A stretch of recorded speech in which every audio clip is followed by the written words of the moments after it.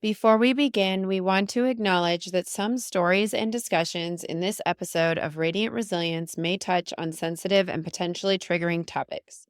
These may include themes of accidents and trauma, disabilities, hustle culture, fear and anxiety, and overcoming challenges. Our goal is to share real life experiences in a respectful and empathetic manner, offering insights into the complexities of the human spirit and the journey towards resilience. However, we understand that some content might be difficult for listeners. We encourage you to prioritize your well being and discretion when deciding to listen.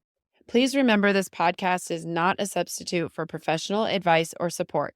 If you find yourself needing assistance, we urge you to seek help from qualified professionals or trusted support systems. Your mental and emotional health is important to us. Thank you for your courage and for joining us in a space of understanding and compassion.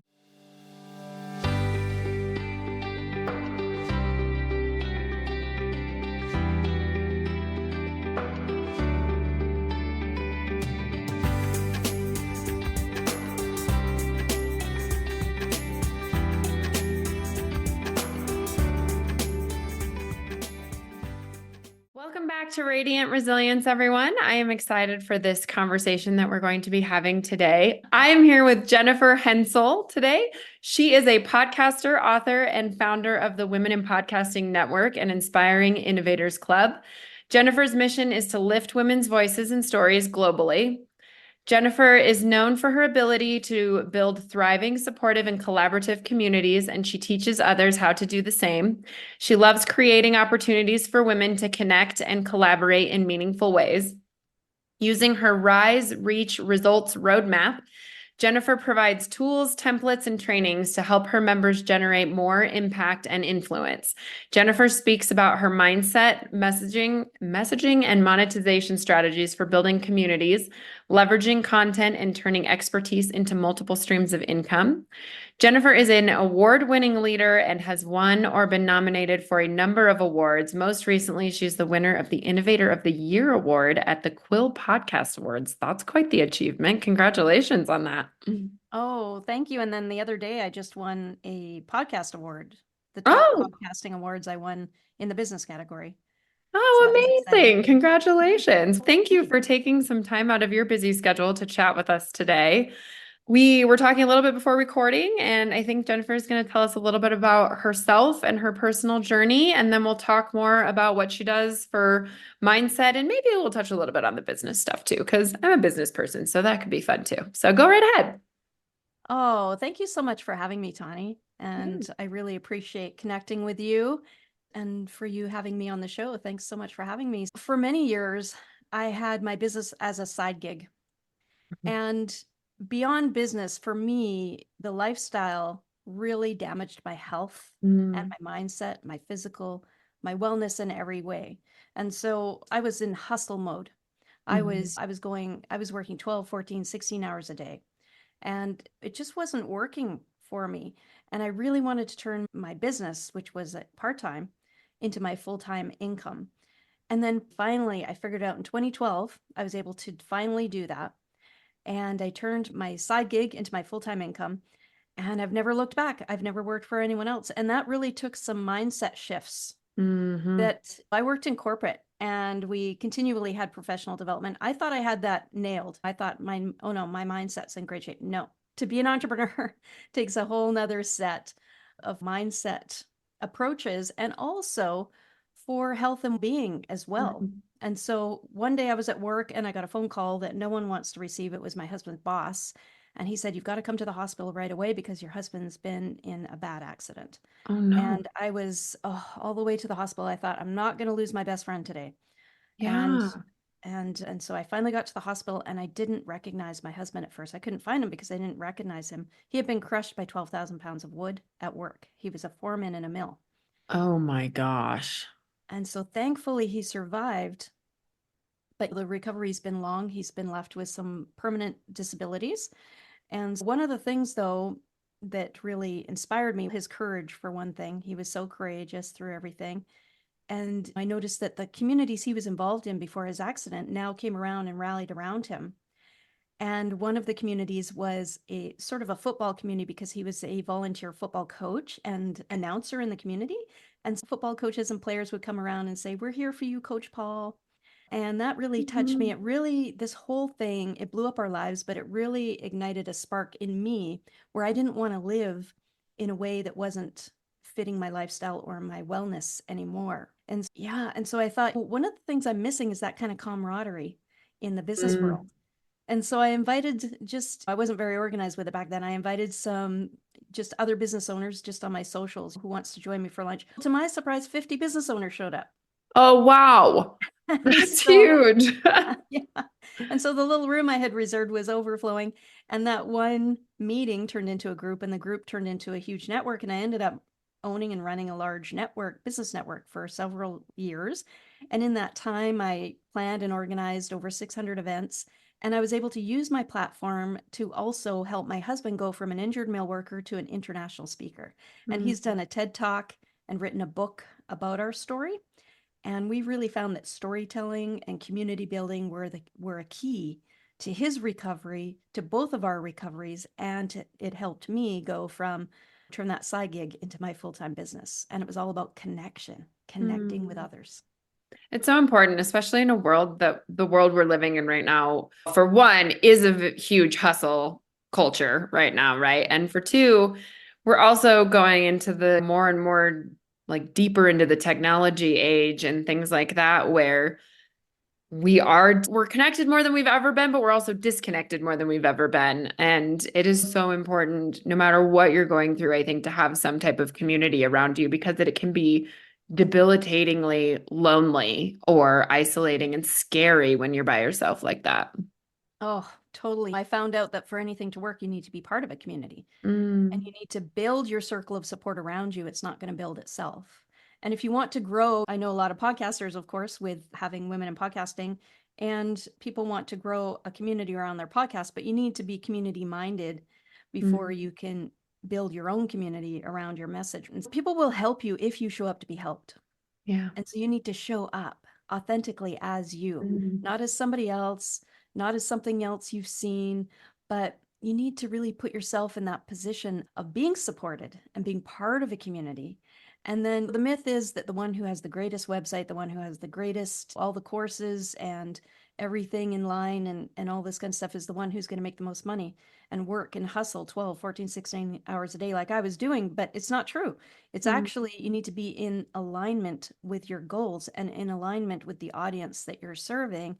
And when you put your passion into the world and you're serving others with it, that becomes your purpose. And so the problem is that I was trying to do everything alone. And hustling alone on your own island isn't very fun. Like you said, it's very isolating, but taking that journey with others is what will enrich your life and fill you with opportunities, because every connection you make is a new story and a new opportunity. And stories create opportunities, and opportunities create more stories. Yeah, that's great. That's part of why I decided to do this podcast, because I went through a time where I felt very lonely and it was in a very dark place. And I'm like, I don't want anybody to feel that way in whether it's business, whether it's anything, because we're all on this planet just trying to make it through everyday life and provide for our families and live our best lives to our best potential. And I think it's easy to forget about that when you get caught up in the day-to-day hustle. Totally. Yes. I had to flip all the scripts in my mind, the ones that say you have to do everything alone, the ones that say you don't need other people, right? You have to be polished to show up. But it's just not true. You just need to be you to show up and bring your gifts and passion. It's funny how we put everything that's our greatest dream, our greatest passion on the furthest back burner. But why do we do that? And so I pulled all that stuff forward and I bet on myself. For once, I put all my favorite things, all my passions in the forefront, and it worked. If we put our energy into the things that we want to bring into the world, it's going to make a difference in our own lives and in other people's lives.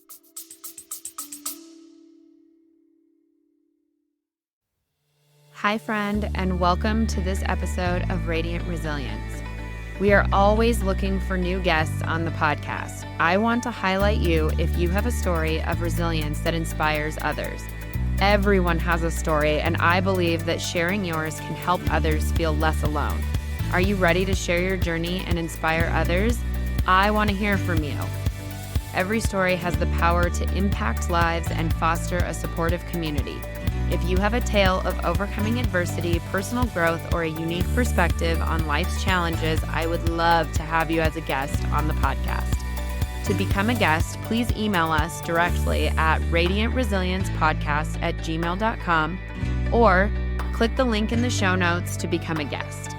Join us in spreading hope, strength, and inspiration one story at a time. Be brave and share your story so others feel less alone. I hope to see you soon.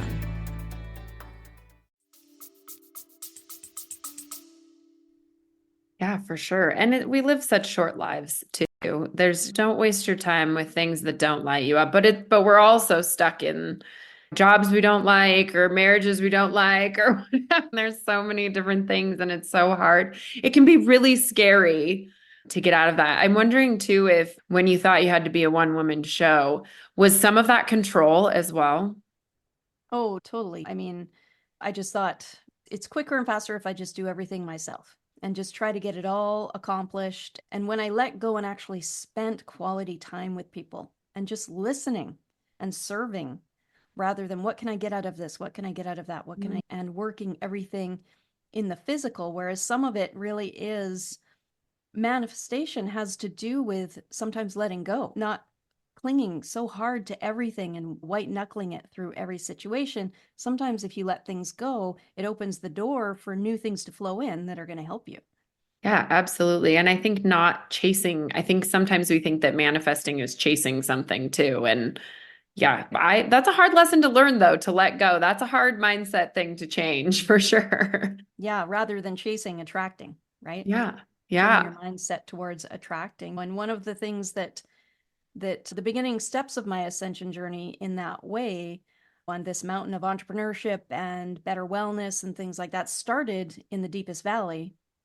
But as you could hear from my story, I was inspired by a football community. And so I like to say, drop the hustle and join the huddle. Oh, I love that. So, because I really love community building and building communities around everything I do involves community building and connection. Yeah, that's fantastic. How long? So I'm assuming when you got the call about your husband, you were still doing your corporate job at that point? Yes. So I was still working full time and had my side gig. Yeah. So how long after his accident were you able to do your side gig? It was probably about a year and a half to 2 years. Yeah. Yeah. Okay. So a It was a little couple of bit. years. Did you feel like you still had to build up the side gig more? Yeah. When I was really working both hard, because of course, with my husband being injured, I had to bring in Yeah. extra income and work extra hard. And at one point I said to myself, okay, I'm going to give myself 1 month. I had been laid off by my corporate job. And so I said, I'm going to give myself 1 month. And I did it. I did Yeah. it. I put all my chips on myself instead of making money for someone. Because I know the marketing end of things. And so I had been making money for other companies, but I just did that for myself. And for me, the missing piece was the mindset stuff. So I Mm. had all the marketing skills, but the mindset stuff was what I had to overcome and not cling to every task, doing every single thing and working so hard and trying to bulldoze my way through it instead of just releasing my passions into the world and see what happens, you know? Yeah. And it worked. What key mindset things did you have to change were the hardest ones for you to change? So definitely the community building one and connecting with others has a huge value. And that's what's going to be really, that's what it comes down to. And that's what it's all about, is connecting with other humans. And then the other thing is to have the courage to realize that your ideas are not enough. Mm. Because I had this thought, but I'm great at this marketing stuff. I can do it. I know about it. Why isn't my side gig working? It's because I didn't have the courage to realize, yeah, those are great ideas, but you need to actually do all the stuff you learned, Yeah. because learning is great, but if unless you put into practice what you actually know and have learned and take inspired action on your passion, then you're not going to see it come alive. You're going to have great ideas that nobody else is going to know about, right? So, Yeah. and so I knew the strategies and I just had to work. I had to stop stopping. Mm. and I had to have the courage. And one of the things I did when I recently, not recently, it was 6 years ago, when I turned 50, I went skydiving for my 50th Oh, birthday. And so we went up in the plane and we got higher and higher. And I was doing great. I was doing great. They were like, we're at 5,000 miles up now. And I was like, oh my goodness, are we going to jump? Nope. We go to 10,000. And so we went oh higher my and higher. gosh. That's But terrifying to me. I was doing great that whole time until it was our time to go. So the door opened and people just started falling out, which is very unnatural. That's very Yeah. shocking when most of us have Yeah. been on an airplane and the door doesn't open and people don't fall out, but they were just rolling out of the plane. Yeah. And so it was our turn and I nudged towards the door and still I didn't have a lot of fear still at that moment. But then we stepped out and you have to step onto a little stair on the outside of the plane. It's a moving plane in the air and you have to stand on a stair on the outside of the plane Oh before my you jump. God. That's where I felt fearful right before the leap. And then we took the Mhm. leap. And I don't know if you know this about skydiving, but once you take the position that they show you, it just feels like flying and floating. It doesn't feel like falling. So it only felt like falling for 3 to 5 seconds. And then it felt like floating. And the view at first, when I had first stepped on the step, was frightening. I saw the curve of the earth and it was frightening. But then once we took the leap and it just felt like floating, the whole view turned into a beautiful view. I could see all the landmarks in my city and it was so beautiful and stunning. And then I landed safely. I like to look at this situation and think the only time really that I was fearful was right before the leap. Oh, And yeah. so I apply that to my own life because every time I think, oh, I don't know if I should do that, or I have fear about something, I think, okay, so what's on the other side? What's on the other Mm. side of that fear? What's going to happen if I do, if I'm brave enough to take the leap? And so I just encourage everybody to take the leap because take the leap for your own passion and see what's on the other side. It's a scary thing, though. Such a scary thing. What do you say to somebody who is maybe in that position that's on the verge of a leap, but hasn't quite brought themselves to do that yet? I'm so glad I finally had the courage to turn my ideas into reality to really just dive into really those all those things that I had on the back burner and really spend my time and my energy because as we know where your focus goes your energy flows and so I was putting my focus on the things that I wanted to help others with. I wanted to serve the world with my passion. And then that's when opportunities came flowing to me Mm. that I never would have imagined and that wouldn't have happened unless I had let open the door and let those things flow towards me.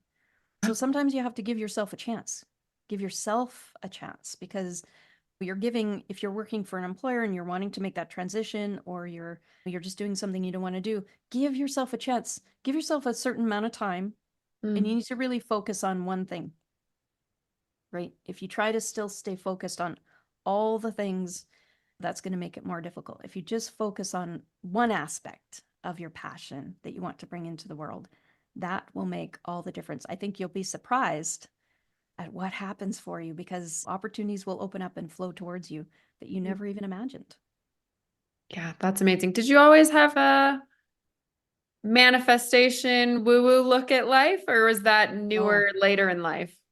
that's new since this whole situation happened in our life. Then we opened ourselves up to a lot more meditation. We were doing some meditation and things before that, but now we really practice a lot of meditation and affirmations. We brought in a lot of modalities that we didn't have in our life before that. Yeah. Yeah, what do you want to elaborate on that a little bit? What modalities do you have? Yeah, so like I said, that we study manifestation a lot. We became NLP practitioners. What's that?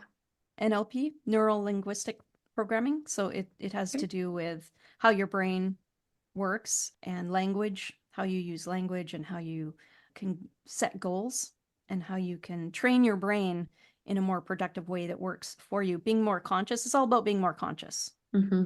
and not operating unconsciously because we have so many unconscious limiting beliefs, so many Hmm. unconscious habits, so many unconscious actions that we do every day. And we're wondering why aren't things working for us? It's because we're locked into these beliefs that we didn't even realize we had. Hmm. And so letting go, being aware, first of all, of those things, and then letting go of them opens up huge opportunities for other things to flow into your life that you really want to manifest and that you want to see happen in your life. I love that. That's great. Does your husband work with you now then? Yeah, so he's been on many stages now. We both speak and Okay, we have a podcast together called Inspiring Innovators Show. nice. I will link all that in the show notes. I have all of your links for all the things. So what does it look like for somebody to work with you then? Yeah, so I have different levels of membership. I have a lot of I offer, so I really have a passion for women podcasters Mhm. and entrepreneurs. And so I have groups that serve those people. And so I have a really my lowest cost membership for them to help elevate women's voices globally and in the podcasting industry. And so I have a very low cost membership for them. And then I have memberships where I also, my background is in curriculum development and Okay. instruction. And so I create a lot of courses and I can create them quite easily for me. And so I give them my curriculum and my programs and my templates and things like that that they can customize and use in their own programs. So that's another level of membership. And then I have a membership that's a mastermind where people can have all of those things, all the memberships plus meet with me once a month. Oh, so you do one-on-ones. I do group coaching and one-on-one. So I have a once a month group coaching, and then I also have strategy sessions where people can work with me one-on-one. Yeah. Awesome. And what drove your passion towards helping mostly women? My business network that I had was co-ed, so it was all genders, but I really wanted to just dive in to help other women entrepreneurs. I could see the gap in the podcasting industry too, that it's Mhm. very male dominated, and so I really wanted to work towards elevating women's voices globally. And how many podcasts do you have? Do you just have the one with your husband? I have two. So we have the Okay. Inspiring Innovator Show, and then I have Women Podcasters. No, That's sorry, right. Women That's in right. Podcasting Show. Yeah. When did you start the podcast? So the funny thing is, I studied podcasting for 10 years before I started my podcast. So a lot of students will say to me, a lot of my members and things like that will say, "Oh, I waited a year to start my podcast." And I'm like, "Oh, I've got you beat. I studied it for 10 years. I did some things in the industry. I got a lot of connections in the industry. I did some editing and things like that.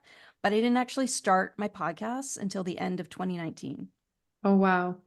So I've been doing them for 5 years, just over. Why did you wait so long to start it? Were you nervous? Were you overthinking it? What was the story there? With my husband's recovery, it did take quite a number of years to get him to a point where I didn't have to work so hard and so many hours. And then also the technology Hmm. got so much better about 5 years ago. Before that, it was really over my head and too much to take on. And now it's easier than ever for anyone to start a podcast or a business. And it just, the ease of the technology, I think, was the deciding factor. Yeah, I know a few people that have been trying to start podcasts, and I think they're completely overthinking it a lot of the times too. And I did that to a point too, but at one point I was just like, I'm just going to go for this and see what happens. Yeah. Because I'm a hairdresser normally, so that's my day job. And then this is just for fun. But yeah, I think sometimes just jumping into stuff like that, like you said, jump off the ledge and just see what happens. And then you learn as you go. Exactly. Yeah, podcasting definitely is something that you need to do to learn. Even my sound, if you listen to my early episodes, isn't the best. Yeah. And I went through lots of microphones before I landed on this one. And you just have to try different things. And so we didn't have any fear around the speaking part of it or anything like Okay. that or the message, but it was just getting the tech in place. And some of that came with starting to do it. You have to really do it. My Yeah. coach at the time, who's a well-known guy in the podcasting industry, he said to me, your 10th your first episode is never going to be as good as your 10th episode. Yeah. Your 10th episode's going to be better than your 20th episode's going to be better than your earlier episodes. So you have to just, it's something you have to do Mhm. and actually get some experience before you can really learn it. Yeah, for sure. It's been a lot of fun for me. I've really enjoyed just doing it for fun. So I Yeah. would like to maybe turn it into a business at some point, but we'll Mhm. see. Also, there's something to be said about making it a job instead of something that you want to do too. So, Mhm. but yeah. Do you work with all different types of businesses? Yes, pretty much every niche I can imagine, Every I work. industry? Yeah. Now, I specialize in monetization methods other than sponsorship. So a lot of podcasters, and I don't just work with podcasters, I have lots of entrepreneurs who aren't podcasters as well, but authors and different things like that, but Mm. and coaches. But with podcasts, to monetize, a lot of people just think it's sponsorship, but really sponsorship isn't going to make you a huge amount of money unless you have a giant audience. Mm, And so you need such a large PR budget to get those numbers, because real sponsors are going to look at the stats and want to know the numbers, which is really difficult unless you have a right. huge PR budget. Like I was saying, specialize in other methods to don't rely. You can have a community of any size with the methods that I use, and you don't need those high stats. So you can still have arrangements that I would call strategic partnerships, where someone sponsors your episodes. Maybe they pay, but they're not looking at the stats. They're looking more at your niche and what you're offering and being participating in that way. That's a strategic, you know, partnership. Yeah. So a little different than a sponsorship, but I specialize in other ways of monetizing. Very nice. But you do general business coaching as well, right? And that's just all different industries, and you've worked with so many different people. I bet you've heard so many different walks of life. Yeah. So I also was, in addition to being an instructor, what I first instructed in was international trade. And so I have a diploma in international trade, and I was a consultant for the government for a couple of years. And that's where I learned how to really consult and work with small businesses. And then I moved into, when social media came around, I would help people with social media and teaching businesses how to do that. And I did those workshops for about 5 years. So it was called Social Smart Start. And I would teach every month, I would teach entrepreneurs how to use social media for their business. So that was quite a number of years ago. And now I just teach community building, how to build a community around your message.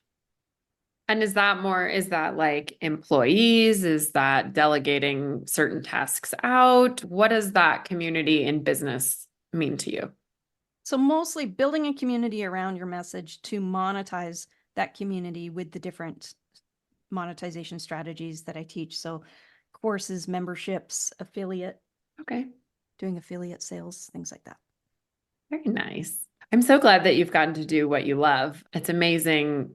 It's unfortunate that sometimes it takes those dramatic things in our lives and traumatic things in our lives to change your mindset. But there's people out there that don't ever change their mindset, and then they get stuck in that. And that's tough too, because like I said, we only have the one life to live. So Mm-hmm. might as well live it your best way possible. And consciously, Yeah.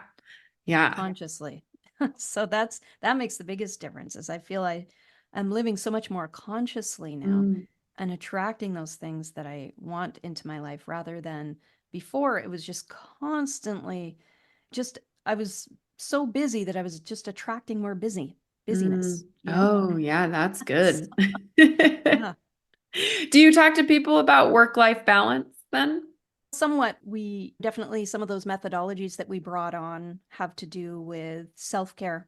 So everything from the melt method, for example, your foam roller that you have and you lay on it for your spine and your Mhm. legs and arms and things like that. We do that every day. We do more movement and some dancing and different things that just bring us joy, to feel joy in our bodies and our Mm, minds, and take that time to do that. Because if you don't give yourself a break and really give yourself that time to relax your mind, and you're just going 24 hours, that can accumulate and cause problems, like a lot of health problems and mental problems and things like that. And so it really recharges us.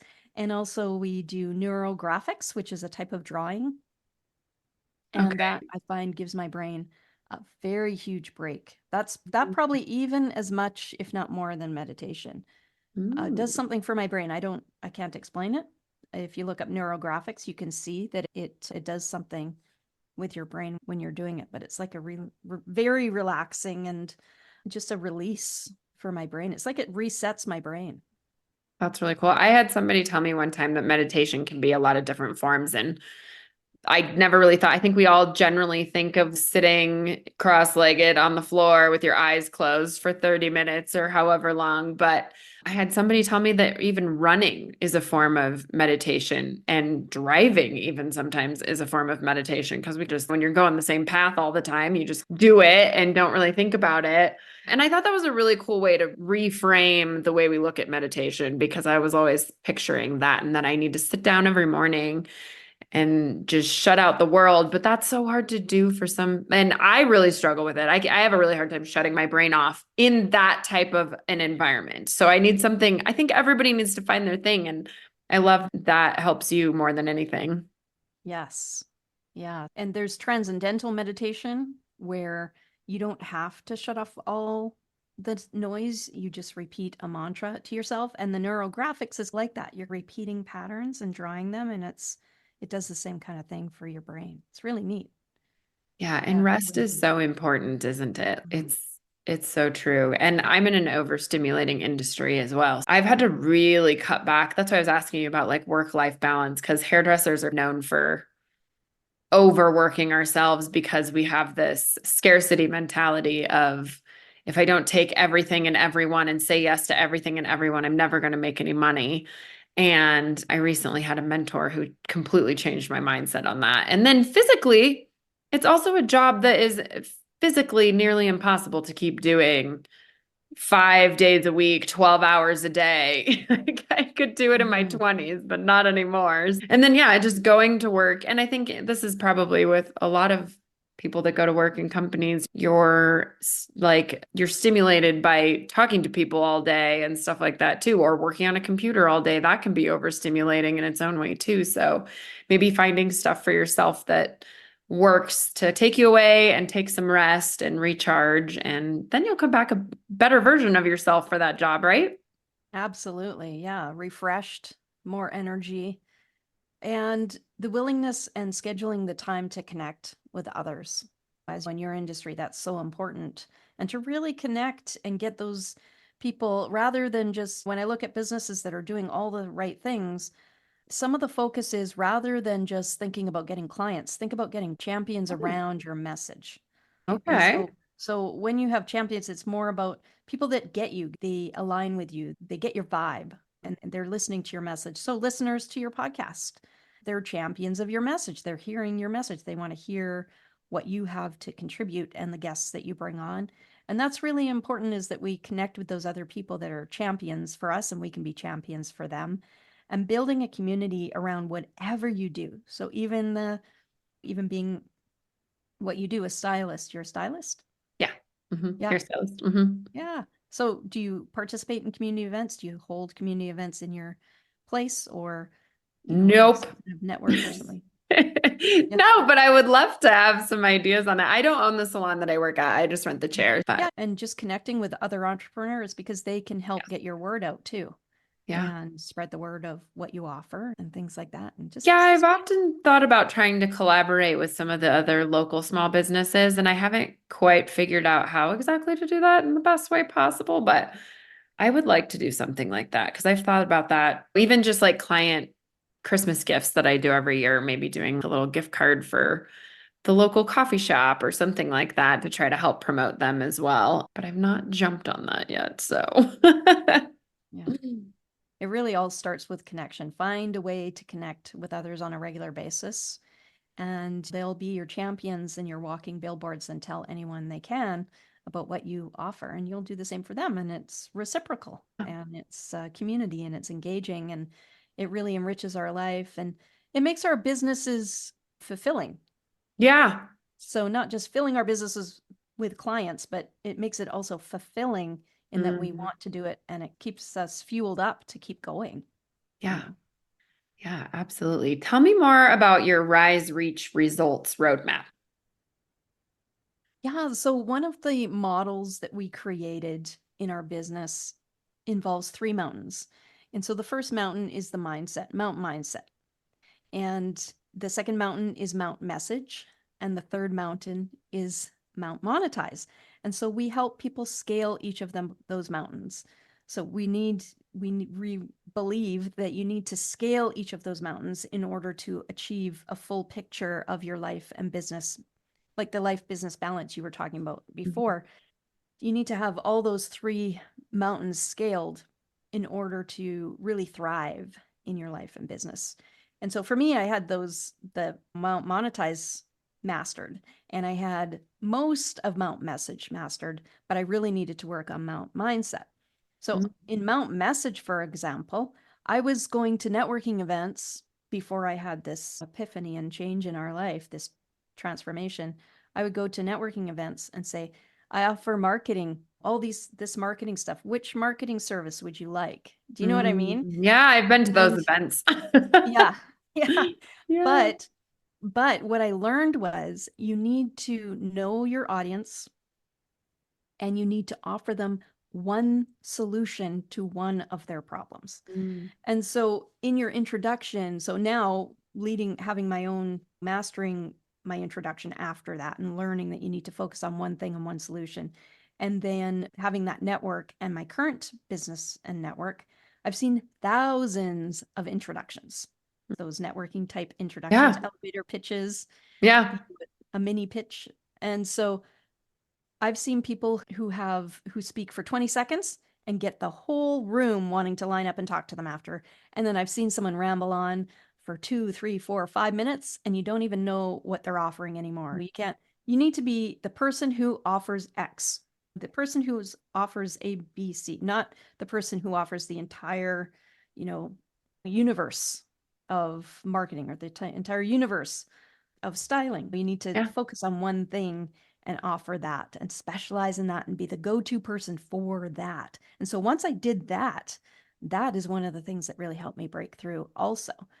And so now I have a complimentary program too that people can watch and take so that they can nail their mini introduction and focus on that one thing. You can find that at womeninpodcasting.net. Love that. That's pretty great because, yeah. And how much of that is consumer behavior too? Because I know consumer behavior kind of changed in the last few years to wanting more specialized people versus the jacks of all trades. Do you think that will ever change back? Even if you offer a wide suite of things that help people, the point is to show up and mention that one thing that's going to solve something. And it's not about mentioning everything Hmm. all at once. It's about saying one thing that will draw people in, and then you can introduce them to all of your other things. Because none of us are just one thing. We all have multiple Yeah. interests and Yeah. aspects of our business and things like that. But it's about getting people's interest to come and talk to you. And then you can introduce them to the other various options that you have and things like that. That's amazing. You seem to have a lot of free resources out there too. So that's really cool. So everybody definitely go and check that out. And like I said, I'll link everything in the show notes. But what else? Do you have any advice for any of my listeners out there on based on what we've talked about so far? We'll definitely become part of a community Okay. and take the leap and pursue your passion, bet Mm, on yourself, mm, and embrace the talents and skills that you have and offer those to the world. Put your passion into the world, and that will be your purpose. And mm, then to attract your ideal audience, first identify your ideal audience and then come up with one solution to one problem mm. that they have.